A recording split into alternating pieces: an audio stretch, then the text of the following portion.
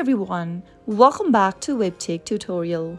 In today's video, I'm going to be showing you how to log in or sign in to Google Keep application. So without wasting much of our time, let's get on straight into the video. Tap open your Google Keep application.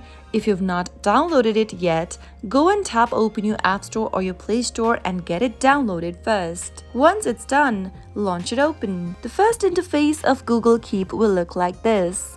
Tap on the Get Started button at the bottom of the screen, and then you will need to choose a Google account for yourself in order to sign in to Google Keep. Simply tap on the drop down at the top of the screen and select one of your Google accounts you'd like to log in with. If you want to add a new Google account, simply go ahead and tap on Add Another Account and then tap Continue.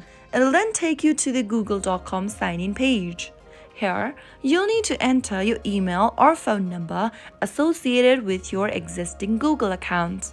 Type in your email or phone number and tap on the Next button. On the next page, enter your Google account's credential, that is your password, and tap Next. Soon after you do that, if you're prompted to enter the two-step verification, go ahead and enter it right here.